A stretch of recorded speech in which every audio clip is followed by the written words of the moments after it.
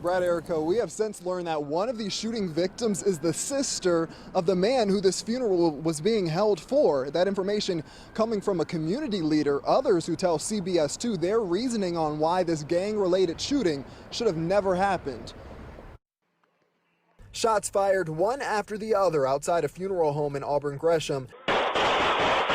As surveillance footage shows people scramble for their lives at 79th and Carpenter.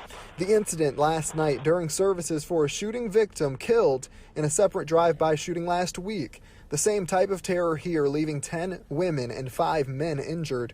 One person was just standing outside the laundromat next door. We seen a guy getting an ambulance on a stretcher, so when you started seeing stuff like that, trauma. Joseph Williams, a community activist and father, now concerned about how police responded. They were told from community members and community activists that there was a chance a shooting can possibly take place.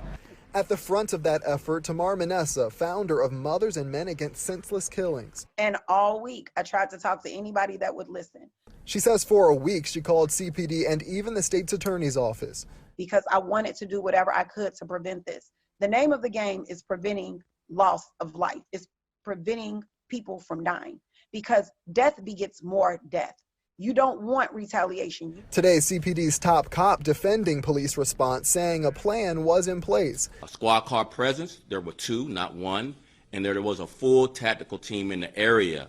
Tactical team meaning unmarked police cars and officers. Police say it's the same protocol for every gang funeral, but it's unclear if last night the team was staked out or patrolling the area during the shootout. I've been to funerals where they've had helicopters, where they've had armored tanks, the police armored vehicles. I have been to funerals, I've seen like the whole church surrounded. Now, as police ask for help in solving this, those in the community say trust works both ways. How do you ask the community to step up, to help you, to contact tip lines, to give you support, when in fact you're not really listening to the community? And tonight, police are still looking for those 2 people who fired all of those shots, including the driver of a car involved in this. We do know of at least one reward, $15,000, that goes to anyone who can lead police to bringing these people to justice. Brad? Okay, so we know 2 shooters, or at least that's what police are looking for. We heard from people who pre-warned CPD this might happen, something potentially retaliatory. But we're also hearing of some real leads, correct?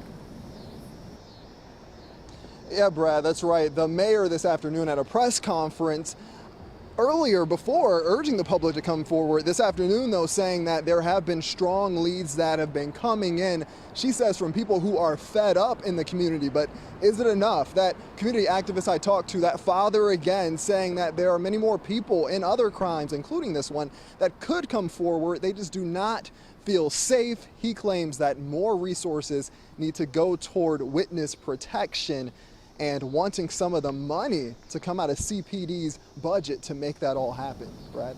All right, that's a good point. Stephen Graves, thank you.